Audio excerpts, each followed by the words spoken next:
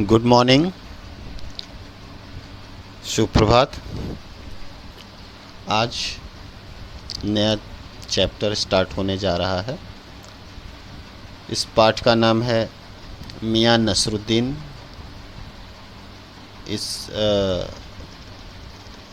जिसकी लेखिका हैं कृष्णा सोबती। कृष्णा सोबती का जीवन परिचय और फिर उसके बाद इस पाठ का संक्षिप्त परिचय और प्रासंगिकता की बात मैं करूंगा इस वीडियो में।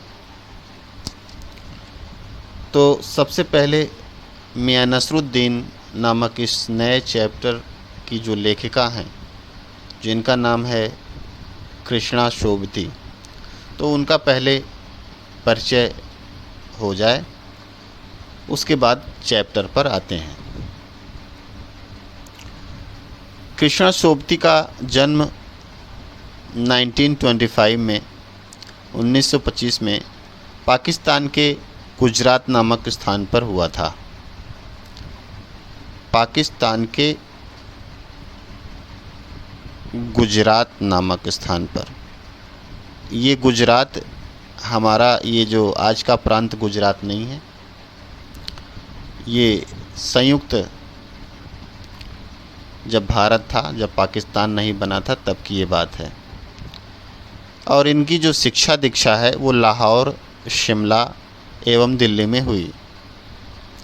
इन्हें साहित्य अकादमी सम्मान, हिंदी अकादमी सम्मान, हिंदी अकादमी शलाका सम्मान, साहित्य अकादमी की 72 सदस्यता सहित अनेक राष्ट्रीय पुरस्कारों से नवाजा गया है। जहाँ तक रचनाओं की बात है, कृष्णा सोबती ने अनेक विधाओं में लेखन किया है। उनके कई उपन्यास, लंबी कहानियाँ और संस्मरणों ने हिंदी साहित्य संसार में अपनी दीर्घजीवी उपस्थिति सुनिश्चित की है। इनकी जो प्रमुख रचनाएं हैं, सबसे पहले उपन्यासों में जिंदगी नामा, दिलो दानिश, ए लड़की, समय सरगम, ये उनके उपन्यासों के नाम हैं। इनका जो कहानी संग्रह है, डार से बिछुरी, मित्रों रमजानी,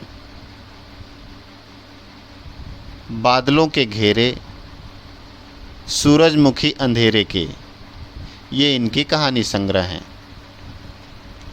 शब्द चित्र संस्मरण, हम हशमत शब्दों के आलोक में, ये इनके शब्द चित्र संस्मरण हैं। साहित्यिक जो इनका परिचय है, हिंदी साहित्य कथा में कृष्णा सोबती का एक विशिष्ट स्थान है। वे मानती हैं कि कम लिखना विशिष्ट लिखना है। यही कारण है कि उनके संयमित लेखन और साफ सुथरी रचनात्मकता ने अपना एक नित्य नया पाठक वर्ग बनाया है। उन्होंने हिंदी साहित्य को कई ऐसे यादगार चरित्र दिए हैं जिन्हें अमर कहा जा सकता है, मतलब वो अमर हो गए, जैसे मित्रों, शाहनी, हशमत इत्यादि। भारत पाकिस्तान पर जिन लेखकों ने हिंदी में कालजयी रचनाएं लिखी हैं, उनमें कृष्णा सोबती का नाम पहली कतार में रखा जाना चाहिए। यह कहना उचित होगा कि यशपाल के झूठा सच, राही मासूम रजा के आधा गांव और भीष्म शाहिनी के तमस के साथ साथ कृष्णा सोबती का जिंदगी नामा इस प्रसंग में विशिष्ट उपलब्धि है। संस्मरण के क्षेत्र में हम हशमत कृति का एक विशिष्ट स्थान है। इसमें उन्होंने अपने ही एक दूसरे व्यक्तित्व के रूप में हशमत नामक चरित्र का सृजन कर एक अद्भुत प्रयोग का उदाहरण प्रस्तुत किया है। इनके भाषिक प्रयोग में विविधता है। उन्होंने हिंदी की कथा को एक विशिष्ट विलक्षण ताजगी दी है। संस्कृत निष्ठ तत्सम शब्दावली, उर्दू का बांकपन, पंजाबी की जिंदा दिली, ये सब उनकी रचनाओं में मौजूद है। संस्मरण के क्षेत्र में इनके द्वारा लिखित हम हशमत कृति का विशिष्ट स्थान है। इसमें उन्होंने अपने ही व्यक्तित्व के रूप में हम हशमत नामक चरित्र का सृजन कर एक अद्भुत प्रयोग किया है। मियां नसरुद्दीन शब्द चित्र हम हशमत नामक संग्रह से लिया गया है। इसमें खानदानी नानबाई मियां नसरुद्दीन के व्यक्तित्व, उनकी रुचियों और स्वभाव का शब्द चित्र खींचा गया है। मियां नसरुद्दीन अपने मसीहाई अंदाज से रोटी पकाने की कला और उसमें अपने खानदानी महारत को बताते हैं। वे ऐसे इंसान का भी प्रतिनिधित्व करते हैं जो अपने पेशे को कला का दर्जा देते हैं और करके सीखने को असली हुनर मानते हैं। ये तो हुआ लेखिका का परिचय और इस पाठ का एक संक्षिप्त परिचय।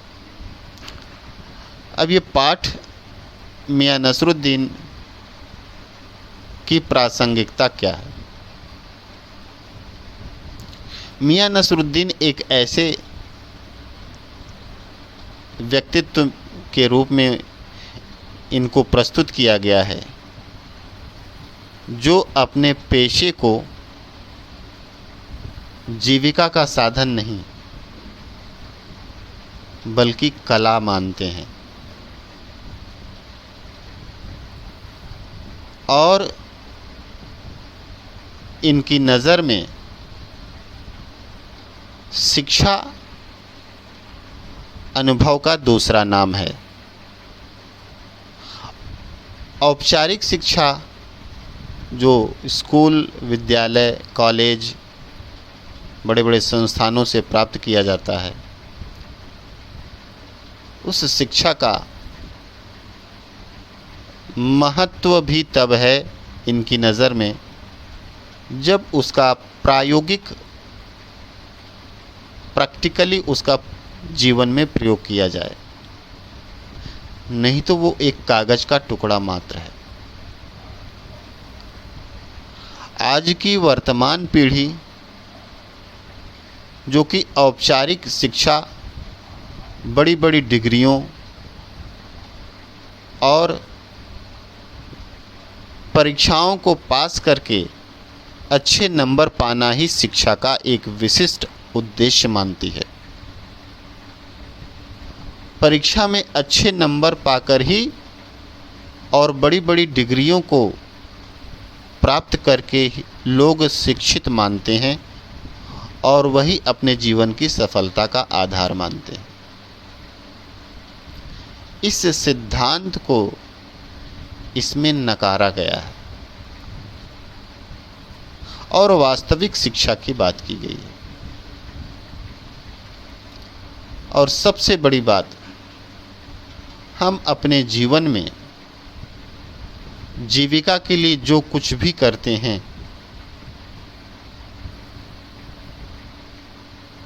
वह एक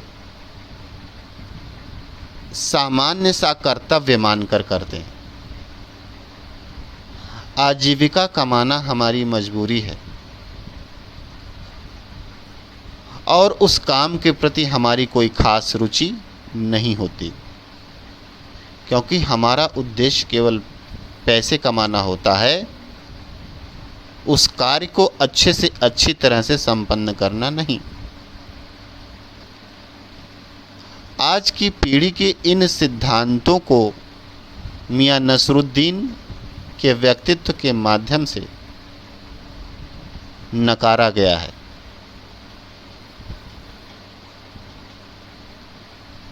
मियां नसरुद्दीन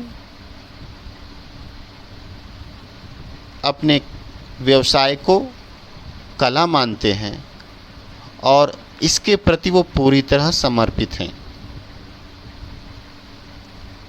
वो 56 तरह की रोटियां बनाने की कला से वाकिफ़ हैं। लेकिन आज का ये दौर दिखावे का है। न खान पान में, न कला के प्रति और न ही कर्तव्य के प्रति अब निष्ठा बची है। अब निष्ठा अगर बची है तो एक चीज़ में कि अधिक से अधिक पैसे कमाओ और उस पैसे को इस तरह से प्रदर्शित करो कि वह आपकी सफलता का आधारभूत स्तंभ बन जाए। और ऐसे ही लोगों को आज सफल माना जाता है। मियां नसरुद्दीन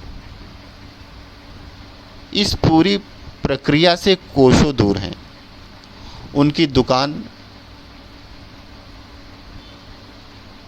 बहुत पॉश इलाके में नहीं है, बहुत सजी धजी नहीं है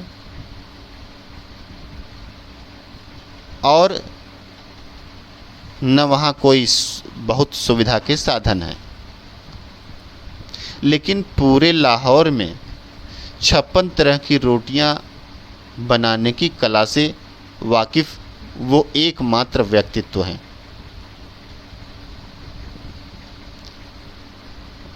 लेकिन उनका आज के इस बाज़ार में कोई ख़ास महत्व नहीं है।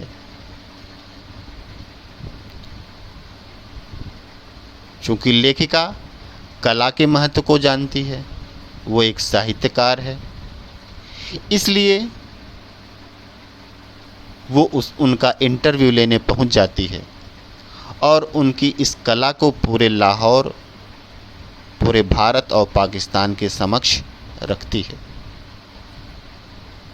यहाँ पर इस पाठ का उद्देश्य इतना ही है कि हमें अपने जीविका को केवल जीविका नहीं मानना चाहिए, उसके प्रति समर्पित भाव से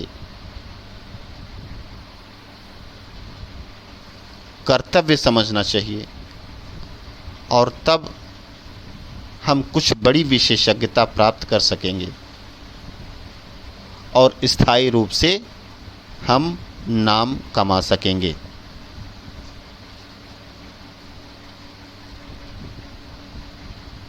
यह जो मियां नसरुद्दीन का व्यक्तित्व है, बहुत निराला व्यक्तित्व है।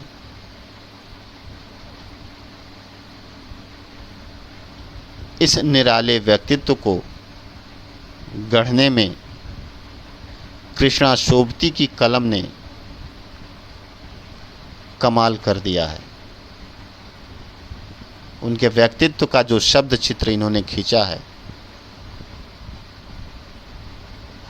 वह उर्दू बांकपन और पंजाब की जिंदा दिली लिए हुए अपने आप में एक मिसाल है। इसलिए इस छोटी से संस्मरण लेख को आप सब बड़े ध्यान से पढ़िए और मियां नसरुद्दीन के चैप्टर के इस असली मैसेज को ग्रहण कीजिए।